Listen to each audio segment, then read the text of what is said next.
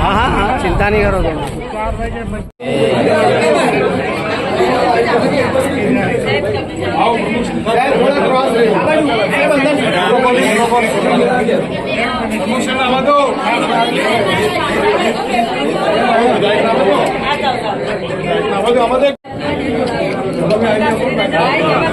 नेता जल्दी से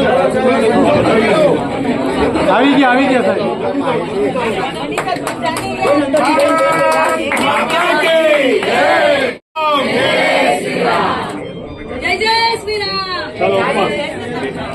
નમસ્કાર મિત્રો, સુરત મહાનગરપાલિકાએ અનેક ક્ષેત્રની અંદર સેવાકીય પ્રવૃત્તિમાં અને વિકાસની દ્રષ્ટિએ અનેક રેકોર્ડ કર્યા છે અને એના કારણે એમને અનેક એવોર્ડ પણ મળ્યા છે. સુરત મહાનગરપાલિકાએ પહેલીવાર સુરત મહાનગરપાલિકા દ્વારા સંચાલિત સ્વીમેર હોસ્પિટલની અંદર લગભગ 45 મીટર ઊંચાઈનું આ બિલ્ડિંગ પ્રથમવાર બનાવ્યું છે. એની અંદર મેડિકલ જે સ્ટુડન્ટ છે એમના માટે 192 રૂમ બનાવવામાં આવ્યા છે. દરેક રૂમમાં 2 પ્રમાણે લગભગ 386 લોકો એટલે લગભગ 400 લોકો 400 સ્ટુડન્ટની આમાં વ્યવસ્થા થવાની છે.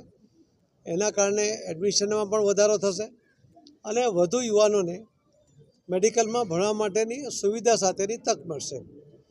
બિલ્ડિંગની ક્વોલિટી તમે બધાએ જોઈ હશે, બહુ સરસ બનાવી છે મહાનગરપાલિકાએ.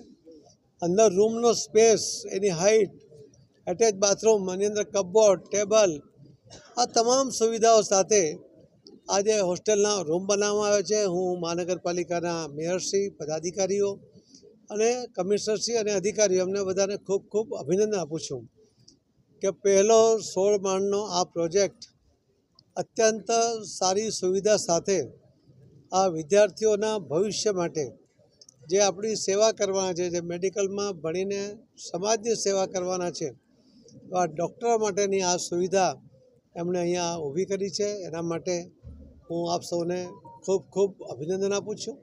સૌ કોર્પોરેટરોને પણ અભિનંદન આપું છું. જે તે વખતે મંજૂર થયું ત્યારે પરેશભાઈ પટેલ સ્ટેન્ડિંગ કમિટી ચેરમેન હતા. ઘણા બધા વાદ વિવાદ હતા, કરવા ના કરવાનો વિચારો ચાલતા હતા. ત્યારે મક્કમતાથી આ નિર્ણય લીધો અને અમારા હમણાં મેયરશ્રી દક્ષેશ માવાણી અને ચેરમેનશ્રી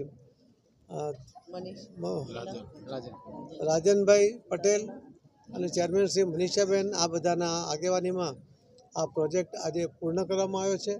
ફરીથી હું સુરત શહેરના સૌને પણ મહાનગરપાલિકાની આવી સુંદર, સબળ, મજબૂત વ્યવસ્થા માટે અભિનંદન આપું છું. સ્વીમેર હોસ્પિટલમાં પણ નાની મોટી જે મુશ્કેલીઓ છે એ પણ આ અધિકારીઓ એને પણ દૂર કરે અને આના લાયક હોસ્પિટલ પણ વાતાવરણ બનાવે. એનાથી પેશન્ટોને પણ ખૂબ ફાયદો થશે.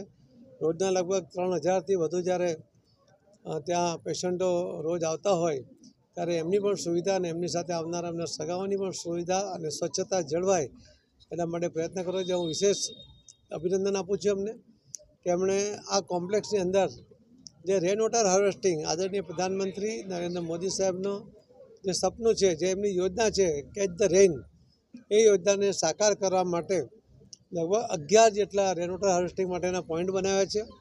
જેમાં કેમ્પસ ઉપર, અગાસી ઉપર જે પણ પાણી આવશે બધું જ પાણી જમીનમાં ઉતરી જશે એ પ્રકારની આ વ્યવસ્થા કરી છે. એના માટે હું વિશેષ અભિનંદન આપું છું અને આપ સર્વેને પણ પોતપોતાના ઘરે આ રેન વોટર હાર્વેસ્ટિંગ કરવા માટે અનુરોધ કરું છું. ધન્યવાદ.